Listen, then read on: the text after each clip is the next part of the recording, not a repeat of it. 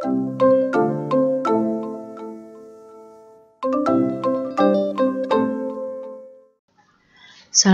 warahmatullahi wabarakatuh. Anak-anak semua, hari ini kita akan membahas soal latihan AKM literasi yang kelima.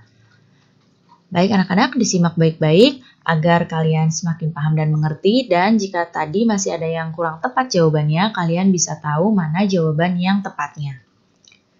Baik, kita akan mulai pembahasan. Di sini, pada soal nomor 1, ada sebuah gambar infografis, yaitu tentang bimbingan belajar. Nah, di sini pada soalnya kalian diminta menentukan benar atau salah berdasarkan informasi pada infografis yang ada di hadapan kalian ini. Nah, di sini ada 4 pernyataan. Kita lihat di sini kalian diminta menyatakan jawaban dengan memberi tanda pada kolom benar atau salah jika ada seseorang yang ingin mendaftar di bimbingan belajar tersebut. Baik, untuk pernyataan yang pertama, yaitu cara mendaftarnya, orang tersebut menelpon bimbingan belajar pada nomor 082123450505. Nah, kita lihat di sini pada infografisnya, nomor ini tidak digunakan untuk menelpon, tapi hanya untuk SMS atau WA. Berarti pernyataan yang pertama ini adalah salah. Kemudian untuk pernyataan yang kedua, orang tersebut datang ke tempat bimbingan belajar pada tanggal 3 Desember 2020. Kita lihat lagi infografisnya. Nah, pendaftarannya ini paling lambat 4 Desember. Pada pernyataan di sini orang tersebut datang pada tanggal 3 Desember. Nah, tanggal 3 Desember ini artinya masih sebelum tanggal 4 ya. Pernyataan yang kedua ini adalah benar. Kemudian pernyataan yang ketiga, orang tersebut mendaftar melalui pesan singkat pada nomor 027412344556. Nah, nomor ini yang 0274 ini bukan untuk pesan singkat. Kita lihat di sini ya, yang Ibu tunjuk panah ini untuk telepon. Pernyataan yang ketiga adalah salah. Kemudian pernyataan yang keempat, orang tersebut mendaftar secara online pada website berikut ini. Kita lihat lagi pada infografisnya, di sini tertera websitenya ya sama ya dengan yang tertulis pada tabel ini. Pernyataan yang keempat adalah benar.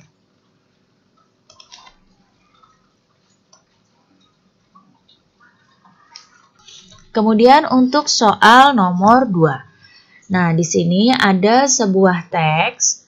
Kalian terlebih dahulu baca teksnya.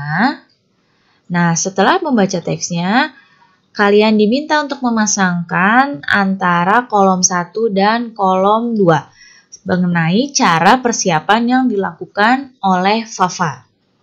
Nah, setelah kalian baca, mari sama-sama kita pasangkan ya. Di sini pada kolom 1, seleksi yang dilakukan Fafa dimulai dari tingkat. Nah, pada teks ini terdapat kalimat bahwa Fafa melakukan seleksi di tingkat kecamatan. Mulainya dari kecamatan ya. Nah, yang ini pasangannya dengan yang ini. Kemudian, sebelum mengikuti kompetisi di Bulgaria, Fafa, nah, di sini jika kalian sudah membaca, kalian akan tahu bahwa Fafa ini dikarantina secara khusus ya untuk diberi pelatihan. Kemudian, Fafa dilatih untuk dapat mengerjakan beragam soal dengan cepat dan tepat. Ini juga terdapat ya pada teks. Selanjutnya yang keempat, Fafa melakukan latihan dari titik-titik hingga titik-titik. Nah, di sini juga tampak Fafa melakukan latihan dari awal hari atau dari pagi hingga sore hari. Ya, jadi pasangannya dengan yang ini. Kemudian pernyataan yang kelima. Selama melakukan persiapan, Fafa selalu menerima. Ya, jadi Fafa selalu menerima soal-soal yang diberikan.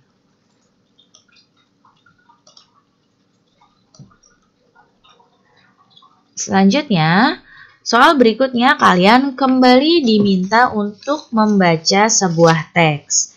Di sini teksnya mengenai pilot pesawat tempur wanita pertama di Indonesia. Setelah kalian baca, kalian diminta untuk menjawab pertanyaan-pertanyaan berikut ini. Nah, untuk pertanyaan nomor 3, kalian diminta untuk memilih salah satu jawaban. Kita baca terlebih dahulu soalnya.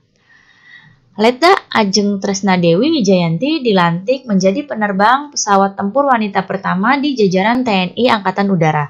Peristiwa bersejarah tersebut terjadi di sini peristiwa bersejarah ini terjadi setelah 74 tahun Indonesia merdeka. Jawabannya yang ini ya. Kemudian untuk soal nomor 4. Keberhasilan Letda Ajeng Tresna Dewi Wijayanti menunjukkan adanya emansipasi wanita. Mengapa demikian? Nah, kita baca pernyataan yang pertama. Letda Ajeng menjadi teladan bagi wanita Indonesia lain bahwa wanita dapat mengendarai pesawat tempur.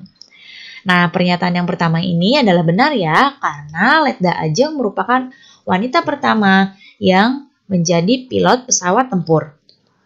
Kemudian untuk yang kedua, untuk kesekian kalinya Indonesia memiliki pilot pesawat tempur wanita. Nah, di sini pada teks, Letda Ajeng ini adalah orang yang pertama, jadi bukan yang kesekian kalinya. Pernyataan yang kedua ini tidak tepat. Kemudian pernyataan yang ketiga, untuk pertama kalinya TNI Angkatan Udara memiliki pilot pesawat tempur wanita. Ya, pernyataan yang ketiga ini juga benar ya.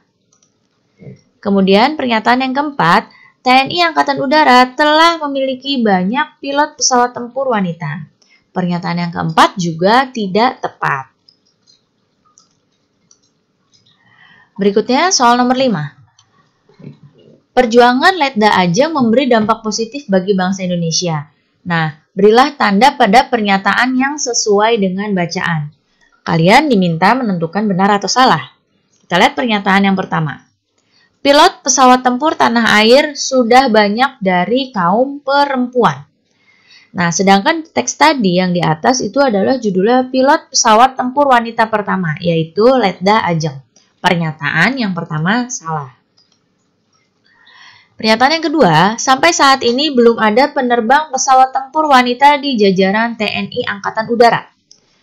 Nah, pada teks tadi membahas seorang wanita yang menjadi pilot pesawat tempur wanita pertama. Pernyataan yang kedua ini juga salah.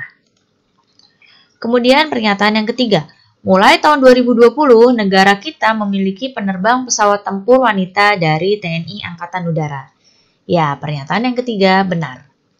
Kemudian pernyataan yang keempat, sosok pilot pesawat tempur wanita pertama Indonesia merupakan alumnus Sekolah Pendidikan TNI Angkatan Udara di Yogyakarta.